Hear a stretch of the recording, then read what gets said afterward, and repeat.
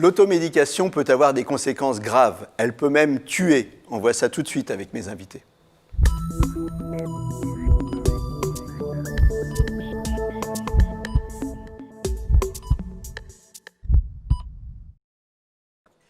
Avec moi sur le plateau, le docteur Béatrice Clairaz. Vous êtes docteur en pharmacie et vous êtes aussi coprésidente de la SFSPO. Vous ne me facilitez pas la vie. C'est la Société française des sciences pharmaceutiques officinales. En clair, c'est la société savante des pharmaciens. Hein, c'est ça? De l'équipe officinale. De l'équipe officinale, voilà.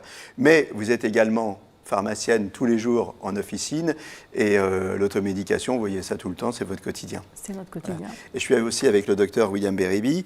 Vous êtes gastro-entérologue et pathologue et vous êtes auteur de diagnostics et thérapeutiques.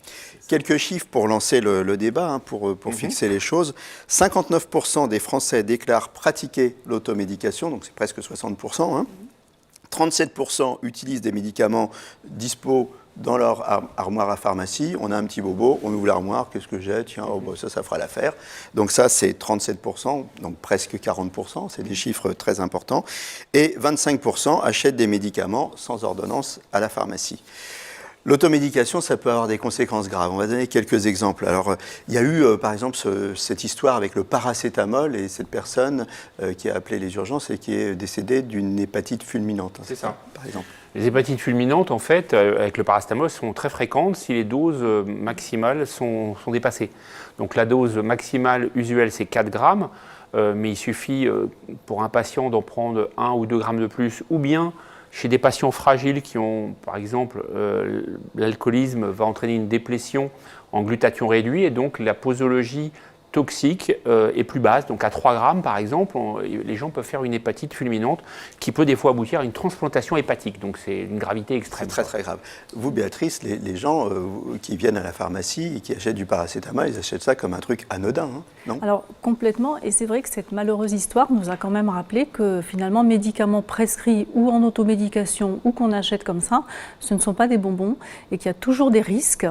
Et le paracétamol, ça fait partie des plus grosses ventes puisque la douleur, c'est une plainte régulière, enfin quotidienne à l'officine. Hein. Donc on délivre beaucoup de médicaments pour la douleur et qu'il faut rappeler le bon usage, les bonnes doses, les bonnes posologies et faire également attention au contexte.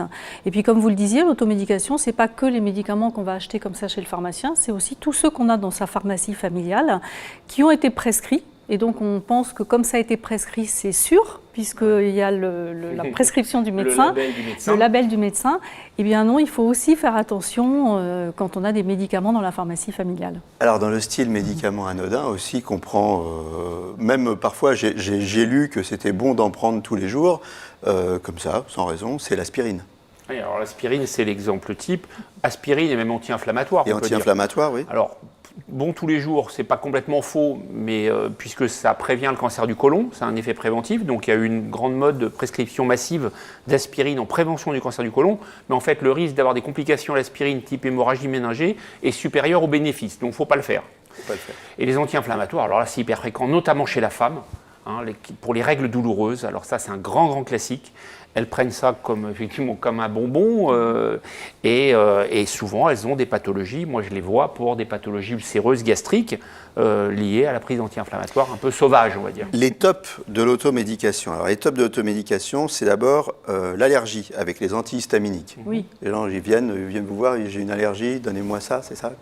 Oui, c'est ça. Et là encore, les antihistaminiques, c'est pas dénué d'effets secondaires. Il y a certaines contre-indications dans certaines pathologies.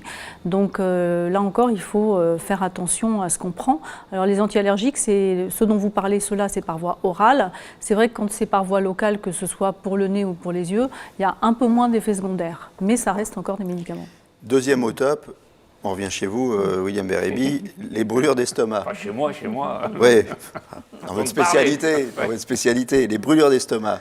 Brûlure d'estomac, c'est pareil. Hein. Hop, on a des brûlures d'estomac et puis on prend un truc du marché, quoi. Voilà, alors ça sur l'étagère. C'est ça. Donc, bon, les antiacides, bien sûr, type Maalox, hein, pour ne pas le citer. Ça peut être les IPP, les inhibiteurs de la pompe à protons. Hein, donc, les patients prennent aussi, ils y accèdent en automédication facilement. Alors, bon, c'est des médicaments qui n'ont pas une dangerosité extrême. Hein. C'est pas de là que va venir le danger, quoi, en quelque sorte. C'est pas dangereux, mais ça veut dire qu'on soigne quelque chose qui est récurrent. Et c'est ça le danger. Exactement. Hein? Exactement. Vous avez parfaitement bien compris la situation. C'est que le médicament lui-même n'est pas dangereux, mais il peut masquer une pathologie plus grave, type un cancer de l'estomac. Le patient prend un médicament, c'est un ulcère qui a dégénéré en cancer, et il prend le médicament, un IPP, ça va le soulager. Donc il va dire ça va, tout va bien, j'ai rien de grave. Alors qu'en fait non, il a une pathologie grave. Oui, ou alors tout bêtement, ça peut venir soulager une mauvaise hygiène de vie. C'est-à-dire, je mange trop, je bois trop, j'ai des brûlures d'estomac, comme on dit vulgairement, et puis je m'en fous, je prends un truc pour masquer tout ça, et à long terme, c'est mauvais. Ça peut être aussi ça. Ce qui est embêtant, c'est la récurrence en fait, de l'utilisation, parce que, outre le fait que ça peut masquer une pathologie grave, en fait, ça modifie l'acidité au niveau de l'estomac, et donc ça peut contrecarrer aussi les effets d'autres médicaments. Donc il faut aussi faire attention à ça, notamment chez les patients qui ont des traitements chroniques et qui ont tendance à prendre de manière récurrente les IPP notamment. Alors on va passer un peu vite sur le top de l'automédication. Après il y a les diarrhées, peut-être vous avez quelque chose à dire sur les diarrhées. La diarrhée, oui. Donc en fait, il y a accès à plein de molécules, hein, notamment les pansements et les ralentisseurs. Faire un focus sur les ralentisseurs du transit. Hein. C'est des médicaments que vous allez prendre, le lopéramide en l'occurrence, qui va bloquer. Hein. Donc l'effet bloquant, c'est pas bon parce qu'en fait dans les diarrhées infectieuses, ça va faire une stagnation, ça va entraîner une stagnation en fait des bactéries dans le tube digestif et ça peut faire perdurer la pathologie. Et puis des fois, si c'est pris à tort, c'est-à-dire que c'est en fait une maladie de Crohn ou une rectocolite hémorragique, alors à ce moment-là, ça peut avoir des conséquences qui ne sont pas extraordinairement bonnes.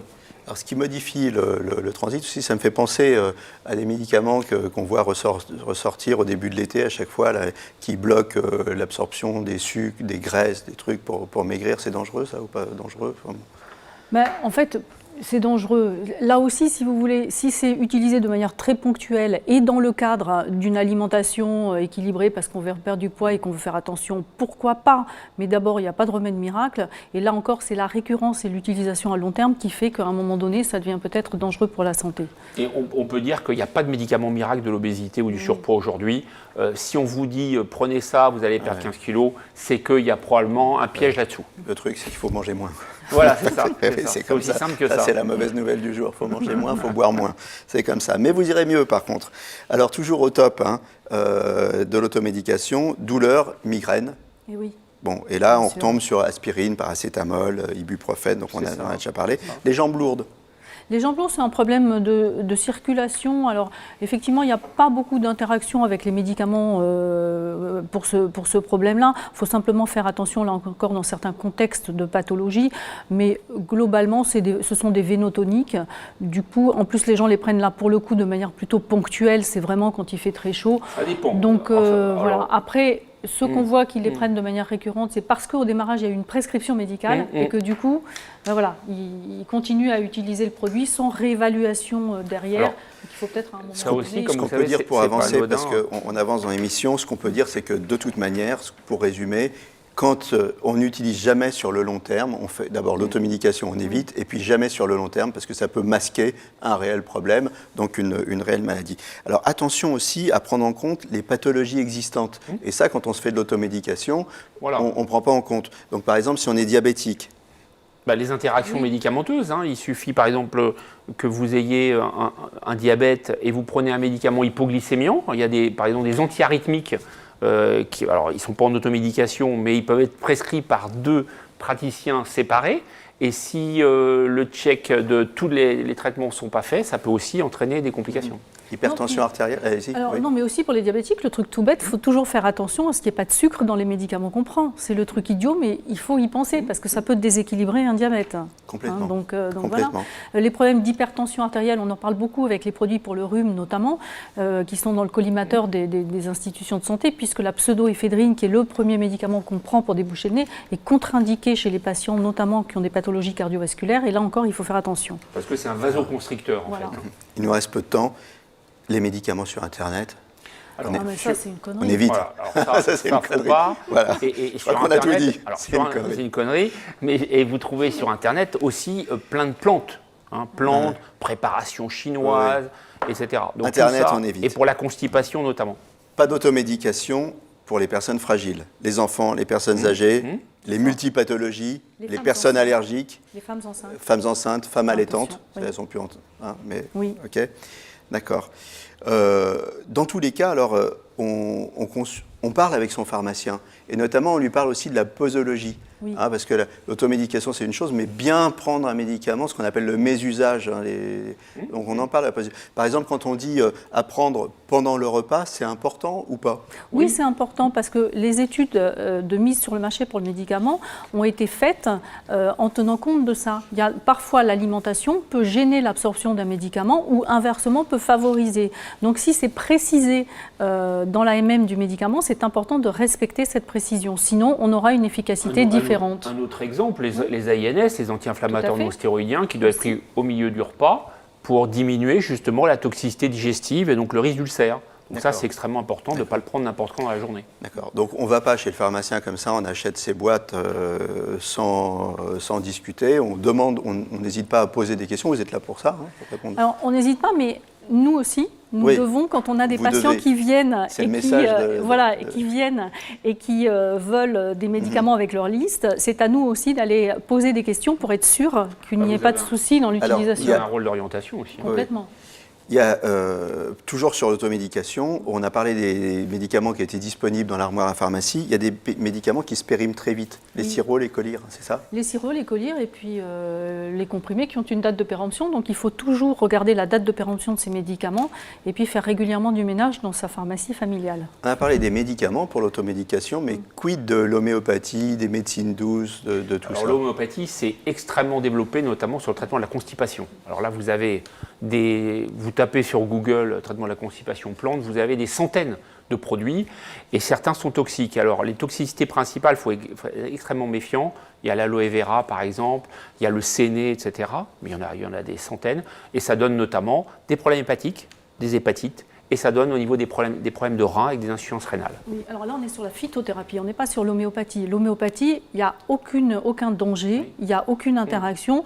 À la limite, le seul souci qu'il pourrait y avoir, c'est si ça retarde le diagnostic d'une maladie grave. Voilà. Mais Donc l'utilisation on de retombe sur ce l'homéopathie, qu'on disait tout à l'heure, y a pas de c'est souci. quand c'est récurrent, de toute manière, là on arrête Bien. l'automédication et on se dit il y a un problème, donc Exactement. on va voir Enfin, il n'y a pas de souci. son Je ne suis pas tout à médecin. fait d'accord parce qu'il y a des produits pour lesquels on sait que tout n'est pas spécifié et dans les allégations, il y a des fois la composition qui est un petit peu hétérogène. Ça, on l'a démontré dans En des homéopathie études. Oui, Voilà, on a alors démontré là il y a ça débat. récemment. Oui, là, il y Mais a ce débat. ce sera un autre débat. Alors voilà, on se résume avant de se quitter. N'achetez pas de médicaments sur Internet, pas d'automédication, surtout sur les personnes fragiles, les enfants, les personnes âgées, les multipathologies, les allergiques. Automédication fortement déconseillée pour les femmes enceintes et allaitantes. Consultez, discutez avec votre pharmacien, respectez les posologies, respectez la durée du traitement, on n'en a pas parlé. Adultes, enfants, pour ceux qui ont besoin d'un bilan de médication, on peut aussi aller voir son pharmacien. Et jamais d'automédication sur le long terme. Voilà. Merci, Dr William Bérébi. Je rappelle que vous êtes auteur de Diagnostic et Thérapeutique et Béatrice Cléraz, vous êtes présidente de la Société savante des pharmaciens. Voilà. À bientôt pour un nouveau numéro. D'ici là, portez-vous bien.